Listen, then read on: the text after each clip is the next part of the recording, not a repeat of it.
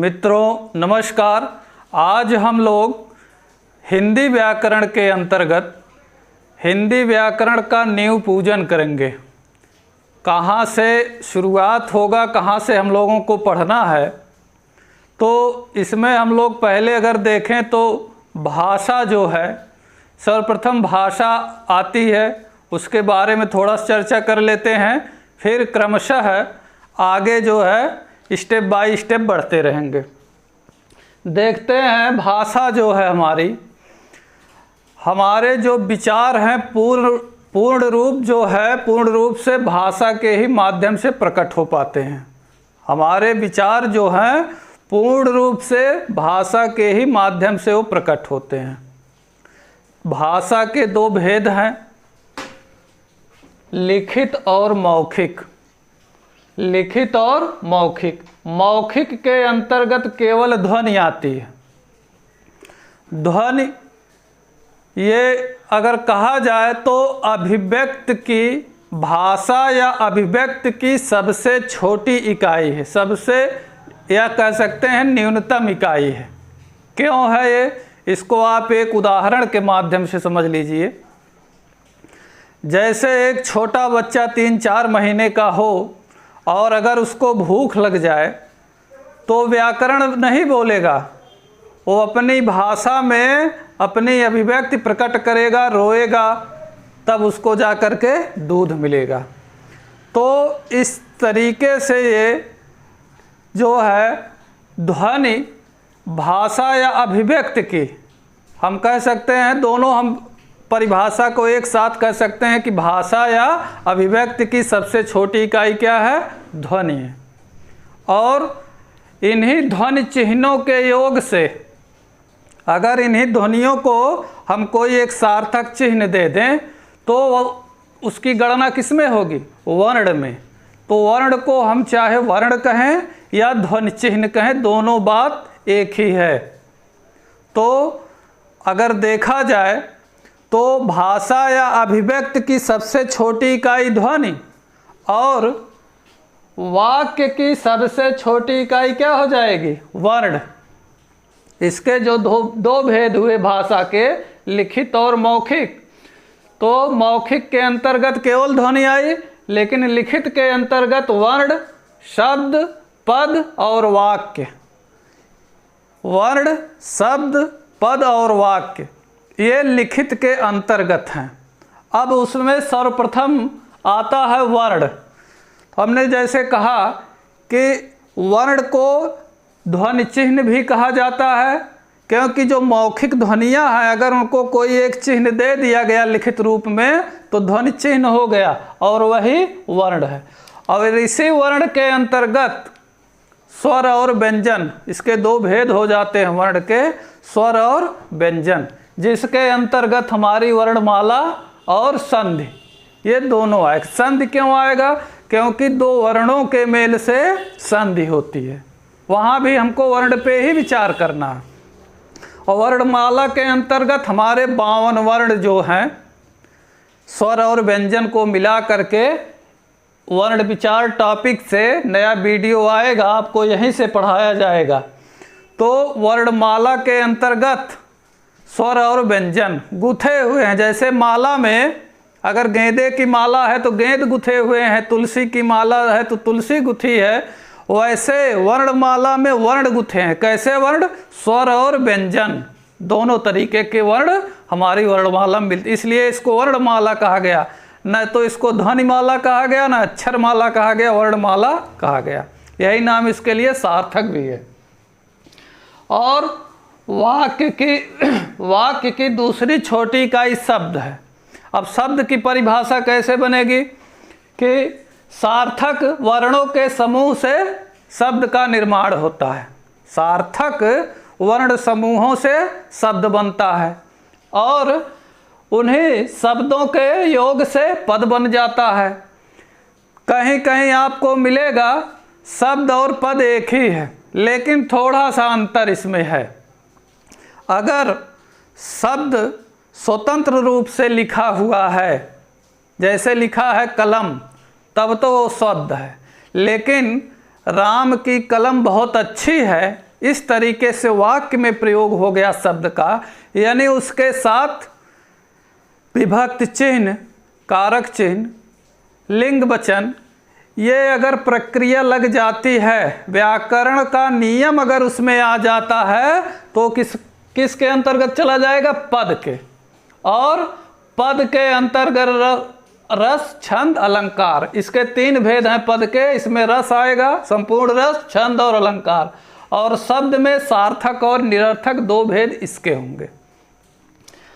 वाक्य, अब इन्हीं पदों के योग से हमारा वाक्य बनता है। जैसा कि हमने बताया कि हमारे जो विचार हैं वो भाषा के माध्यम से ही पूर्णता को प्राप्त करते हैं। अपनी भाषा में इसको आप बनाइए, किताबी भाषा छोड़िए।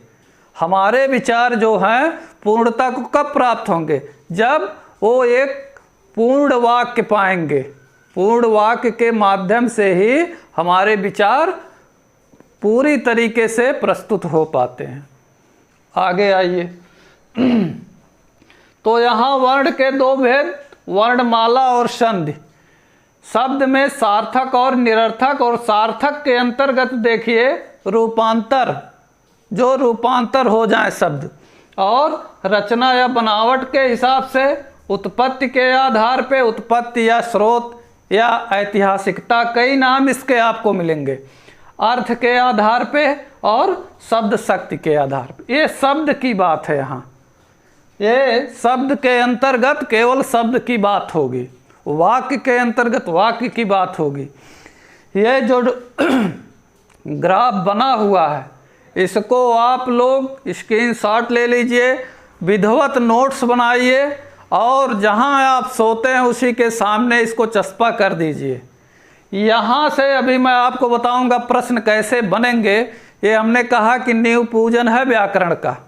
अगर इतने पे आपका कमांड हो गया, केवल इतना है जितना इस पे लिखा है, तो आप इसी में से पता नहीं कितने प्रश्न बना लेंगे, और प्रश्न पूछे भी जाते हैं।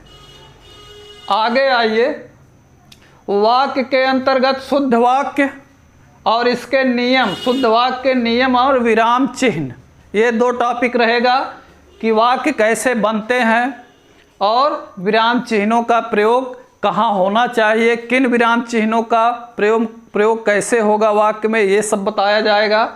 पदबंध, पदबंध क्या है? ये वाक्यांश होता है। ये भी क्या होता है? वाक्य का ही अंश होता है। तो इसके 3 भेद हैं, संज्ञा पदबंध, विशेषण पदबंध, क्रिया विशेषण पदबंध।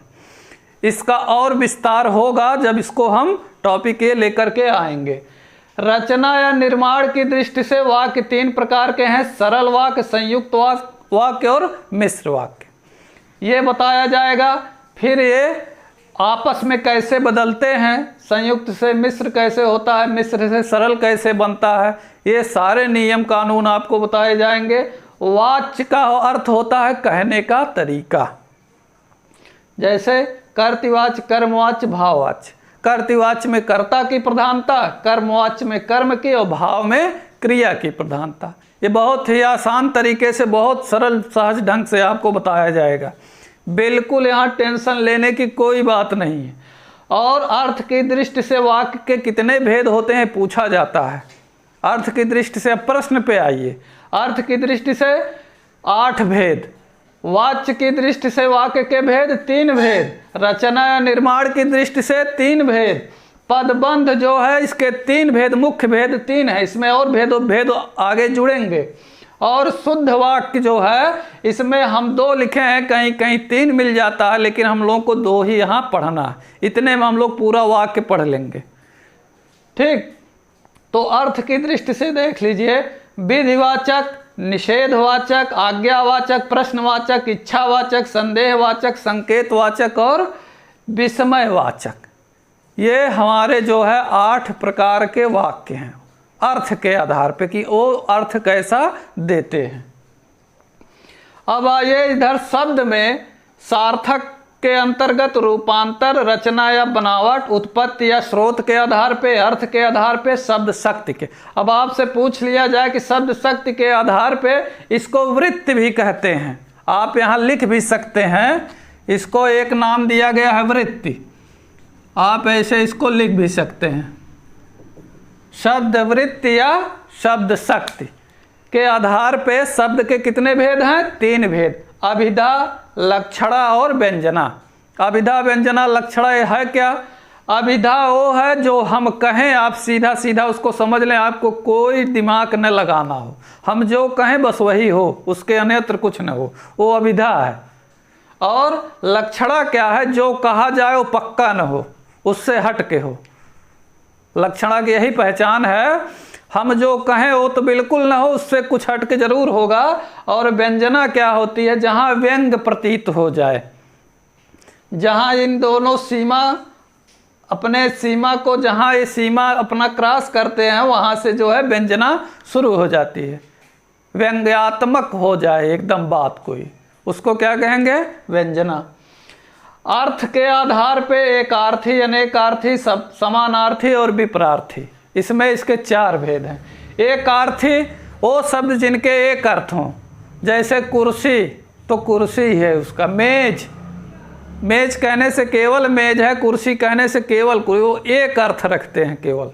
अनेकार्थी जैसे द्विज कह दिया गया, अंबर का अंबर कह दिया गया तो अंबर का अर्थ आकाश और कपड़ा हो जाएगा। द्विज का अर्थ चिड़िया, ब्राह्मण, तमाम उसके हैं अर्थ। समानार्थी ये पर्यायवाची है, समानार्थी का अर्थ क्या है? पर्यायवाची है। और विपरीतार्थी ये विलोम है। इस शब्द से ही आप इसको समझ लीजिए, पर्यायवाची है, ये विलोम है।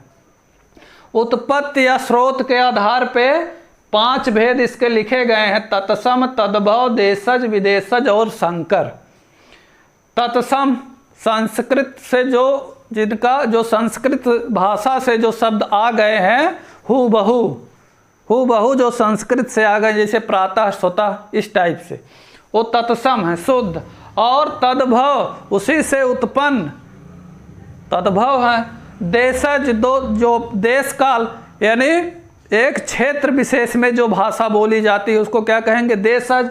और विदेशज जो आगत हैं शब्द, अरबी, फारसी, पुर्तगाली, तुर्की, चीनी, डच, इस तरीके से।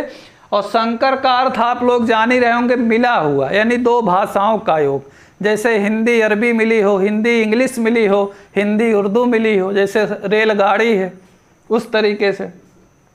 और रचना और बनावट के हिसाब से 3 भेद हैं शब्द के, रूढ़, योग रूढ़ और यौगिक। रूढ़ वो हैं जो बदले न, जैसे हैं वैसे वो रहें, उनमें कोई बदलाव नहीं होगा रूढ़ में, जैसे वृक्ष, पेड़, इस तरीके से।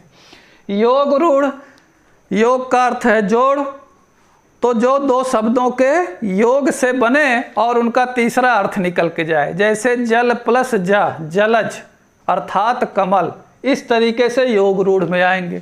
यौगिक में क्या है? इनमें भी 2 शब्दों का योग होता है। तो इसके अंतर्गत, यौगिक के अंतर्गत देख लीजिए, उपसर्ग आगे जो शब्द के लगते हैं, प्रत्यय जो शब्द के पीछे लगते हैं, और समास में 2 पदों का योग होता ही है, इस तरीके से। और रूपांतर ये क्या है? यानी रूप परिवर्तन की दृष्टि से शब्द के 2 भेद हैं, विकारी और अविकारी।